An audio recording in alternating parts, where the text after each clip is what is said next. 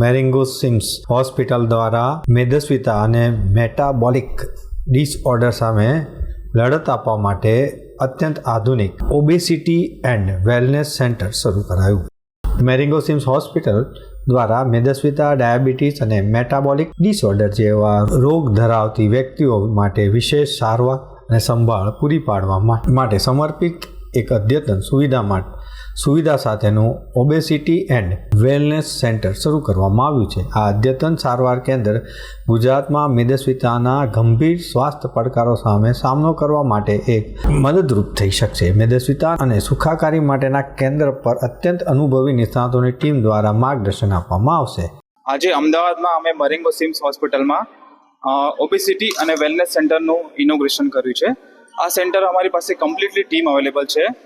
Obesity, endo, સર્જન, gastro અને diet અને physio department. આખો નવો એપ્રોચ છે, ઇન્ડિયામાં ફર્સ્ટ ટાઈમ આવી રહ્યો છે. કારણ કે ડાયાબિટીસ અને ઓબેસિટી ઇન્ડિયામાં ખૂબ જ વધી રહ્યું છે. અત્યારે આપણે વિશ્વમાં બીજા અને ત્રીજા ક્રમે છે અને બાળકોમાં આનું પ્રમાણ હવે એનાથી પણ વધારે વધી રહ્યું છે.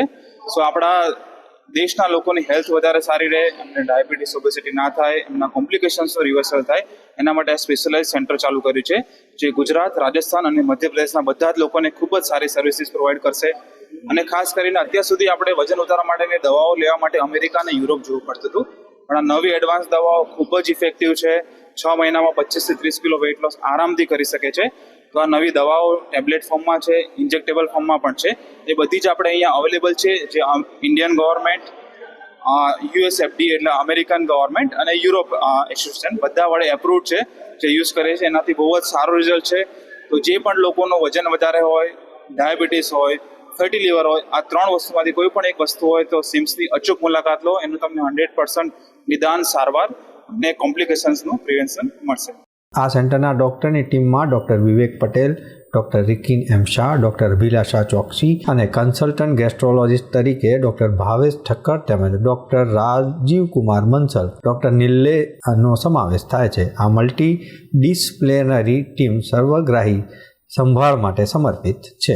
લોકોમાં વધી રહેલું શહેરીકરણ, બેઠાડું અને આળસુ જીવનશૈલીને ઉચ્ચ કેલરીનો આહારને લીધે ઘણા બધા રોગો શરીરમાં ઘૂસી જાય છે અને ખાસ કરીને તેમાં પણ શહેરીકરણ અને શહેરી વસ્તીમાં ખાસ કરીને ડાયાબિટીસ જેવા રોગોનું ચિંતાજનક પ્રમાણ જોવા મળી રહ્યું છે.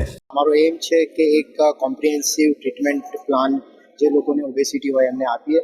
ઓબેસિટી એક કોમ્પ્લેક્સ ડિસઓર્ડર છે. અપાર્ટ ફ્રોમ ડાયટ અને બેઠાડું જીવન, બીજા પણ ઘણા બધા કારણો હોય છે. એમાં અમુક કારણો હોર્મોનને લગતા પણ હોય છે. ઘણી વખત લોકો પૂરેપૂરી મહેનત કરતા હોય, ડાયટ, એક્સરસાઇઝ કરતા હોય, તેમ છતાં વેઇટ લોસમાં રિઝલ્ટ નથી મળતું. એવા કેસીસમાં આપણે ઘણી વખત બીજા કારણો જોવા પડતા હોય છે. અને એ કારણોનું જો પ્રોપર નિદાન થાય અને એની જો પ્રોપર ઉપચાર થાય તો આપણને ઓબેસિટીના જે પ્રયાસો હોય એમાં રિઝલ્ટ સારું મળતું હોય છે. સેન્ટરની શરૂઆત પ્રસંગે ડૉક્ટર વિવેક પટેલે જણાવ્યું કે અમે મેરિંગો સિમ્સ હોસ્પિટલમાં ઓબેસિટી એન્ડ વેલનેસ સેન્ટર શરૂ કરતા અત્યંત ઉત્સાહ અનુભવીએ છીએ. અમારું આ મિશન મેદસ્વીતા, ડાયાબિટીસ અને મેટાબોલિક ડિસઓર્ડર જેવા રોગો ધરાવતી વ્યક્તિઓ માટે વિશેષ સ્વાસ્થ્ય સંભાળ માટેનું બની રહેશે.